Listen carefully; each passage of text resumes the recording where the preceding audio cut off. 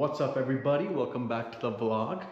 And today just got a quick little update for you all. A couple of things. I wanted to actually go and show you guys the MMI, or the infotainment system, and the Bluetooth system on the S1K, how I sync it up. So I unsynced the S1K system, and I'll tell you guys why before, and then I'll tell you guys the updates on the C63 as well. I got some new parts for it, but first of all, I wanted to show you guys the S1K MMI system. And the reason I'm pairing it again right now is because I've been playing around with the best settings, how to use it, what it's good for, what it's not good for, and this is kind of what I've figured out in the last year and a half, and I'll try to explain to you guys what I learned. All right, so I have my phone here, and I open the app. So the app itself is BMW's Motorrad app right there. Okay, and what you do is you turn the bike on. Okay, and once you turn the bike on, oh, low fuel warning. Let me turn that. So to get rid of that, you just put this little scroll wheel, the BMW magic wheel. Been riding it a lot. So then what you do is you're on this main screen and you push this down button right here where it says menu. And what that allows you to do is go into the settings section of the MMI, and we're gonna go into settings, and I'm gonna turn racetrack off. Now, if you have racetrack on, the problem is you can't, there's a couple of things. You can't keep the MMI on during racetrack. So for your infotainment system, your comm system, the MMI cannot be connected when you're on a racetrack setting. So Race Pro 1, Race Pro Mode 2 and 3, unfortunately, you can't use the phone Bluetooth connectivity. So that's kind of a bummer, but there is a way around that. And the way people have done it is they've coded it out. I don't have that much time. So anyways, so you go into connections. So again, you scroll using the wheel here. Okay, right there. And then to go to the actual connection setting, which you'll see, you just toggle from the actual wheel. Now, mobile device right now, it allows you to connect a mobile device, a rider's helmet, and a passenger's helmet. So this is why actually I unpaired the phone initially from the mobile device. So I don't know if it's my bike or if it's a problem that was happening from before, but a lot of my connection problems with the phone to the cardo on my helmet were happening when I was doing a triangle connection. So meaning I had the phone connected to the actual bike, and then the bike was connecting to the cardo. And there's a couple of downsides to that. First of all, your cardo buttons become unfunctional. So I'm very used to just pressing the button, next song, or answering a call. Also, I find it a hassle to use the scroll wheel when my cardo is connected to change the music and all that stuff. I actually just want the Bluetooth connectivity, and I'll show you guys why I want the Bluetooth connectivity, because what the app does is it tracks your rides, all the pictures you take. So I'll show you guys all that. So I'm going to connect the mobile device. So what I'll do is I'll just click on mobile, pair new device. Okay, searching for device. And on my phone, what I'll do is I'll go on my settings. So on my settings, I'll go to Bluetooth, and it should show up here. Searching for device. I believe this is it right here. ICC 6.5 inch. Okay, and there you go. It says the code 732651, 732651. Pair, confirm, use the wheel, confirm. Okay, awesome. There you go. Now, it says allow contacts, sure, no problem.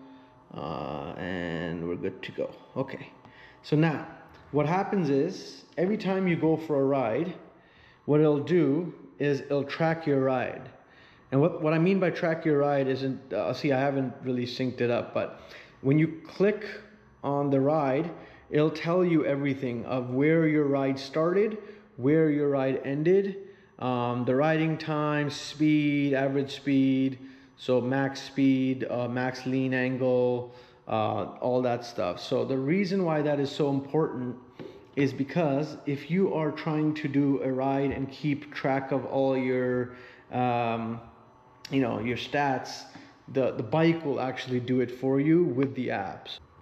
Okay, so I've got the phone synced up now, and what now I'll show you guys is a couple of things. This has a ride section, so it'll have a rides, it'll have service, so I have a service due in 6,827 kilometers, but I'm just gonna get this done anyways because I go more so by time.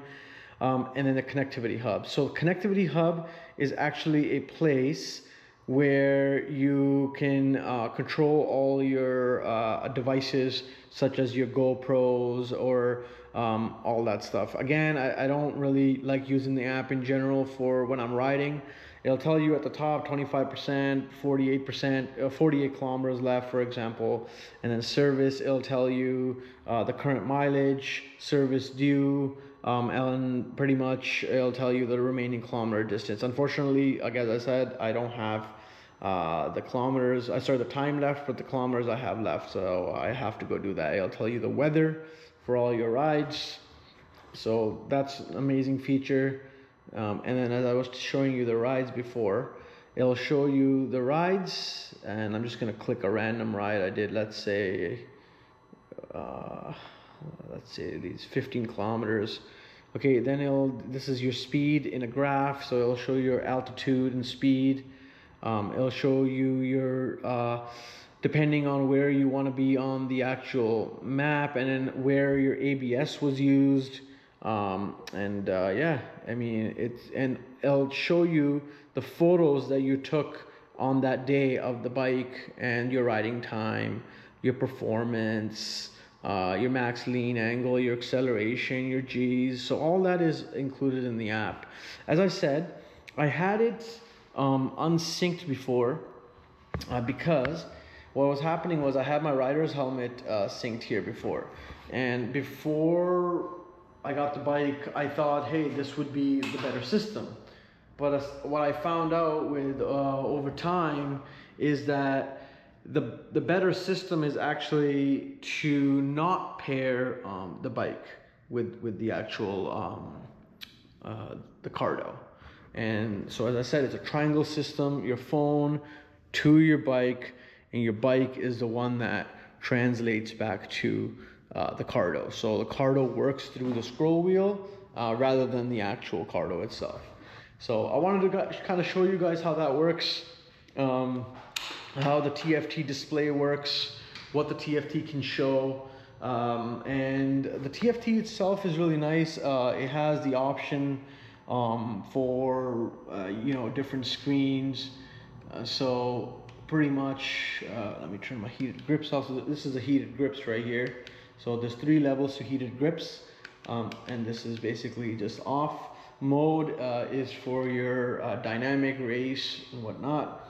And your telephone and media won't really work because what happens is your telephone or media will only work when you're connected to a external like a device, so a Cardo, a Senna, whatever. So your telephone and media button will only work when your phone is connected in that device. So that's why it's not working. Navigation will work with the BMW app, and this feature is amazing because it'll have the full navigation for you on here. So you can select an address. So let's say I want to one second, let's say I want to go to Barrie, Ontario, and then it'll give me options over here, and I'll just it'll tell me fast, short, efficient winding, avoid highways, tolls, dirt roads, ferries, tunnels. And then let's say, I have to update the map, so that's why the map's not showing up on here. But let's say I want to go and start the point, just a quick destination. So destination to Pembroke, Ontario, go. See, I have to download the maps. Once the maps are downloaded, it'll give you the directions on here, turn-by-turn directions on the main screen. Really handy if you're doing a long trip. You want your phone screen. Like I have the quad lock. The quad lock is here, but the thing with my quad lock is, you know, sometimes I want to use it for other stuff like controlling my music, so I can actually have my navigation on there. Pretty much that's really the advantage of having the phone synced up. So otherwise there's no real advantage unless I connect my Cardo system. But like, as I said, the only thing I don't like is not being able to control the Cardo from the actual Cardo itself. The buttons stop working. So unless BMW fixes that, I don't know. But the inbuilt GPS shows the speed limit. So, you know, if you're going on a long trip, it might be worth it to do so. And the other thing that the BMW app shows, so once let's say I'm out of this, okay, so I'm in the main screen, the speed limit will always show up because it's actually utilizing it off of your phone. So it'll say 80 kilometers an hour, miles per hour for the guys in the States, and then it'll show because it's being synced up with my phone. And that's also another advantage. Besides that, as I said, the system is okay. It's not the best, but hey, 85% good. And the sports settings, these are your sports settings. So this is your dynamic screens that you can keep, lap timer, DTC, and this is like a more of a modern style screen. And my favorite one from these three would be the first selection screen, because it'll tell you in live your traction control, your brakes, and then your lean angle with your RPM. That's one of my favorite screens.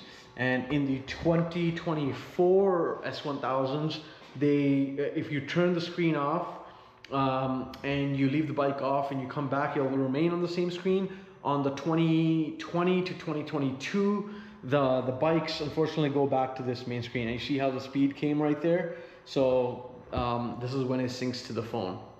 All right, enough with the bike. Just wanted to kind of give you guys a heads up about that, or show you guys how that works. And I actually got some quick news on the C63. I got the H&R springs ready to go. I'm gonna get them installed soon, and then we'll have a lowering video for that soon as well. So I got those ready. I have the downpipes ready. So I have the downpipes ready, and that car should be getting its work done soon. Oh yeah, one more thing. The bike itself, you can get an option from BMW with a USB in the back. So how that works is the bike comes with a BMW alarm and a USB port. So right now I have a wire plugged in here, but it has a built-in USB port.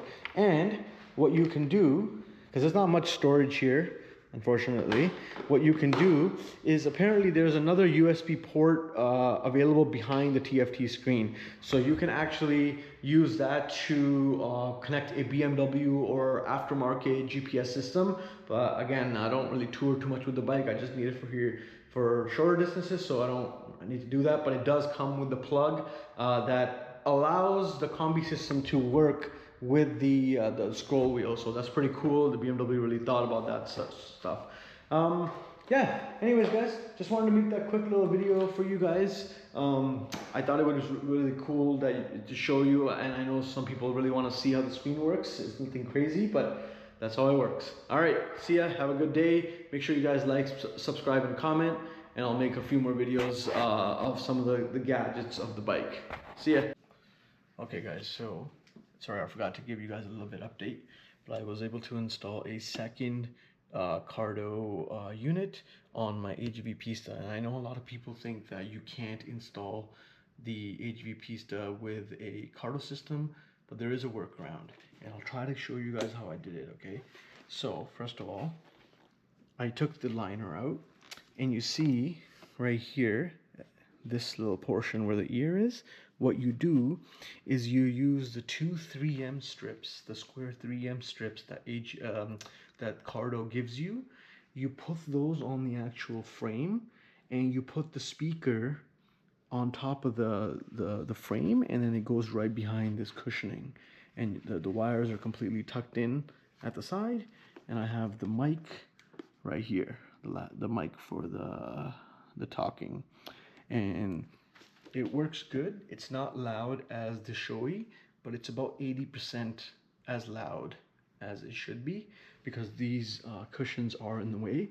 So it does the job for you being able to hear music, for you to hear like a phone call at up to a certain speed. Obviously with my bike I wear earplugs, so the noise gets drowned down a bit, but it does work. And what I did was I used the holder with the 3M.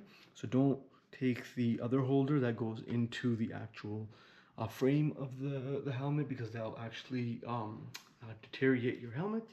But otherwise, yeah, so I've been able to retrofit all the pistas with the speakers just like that.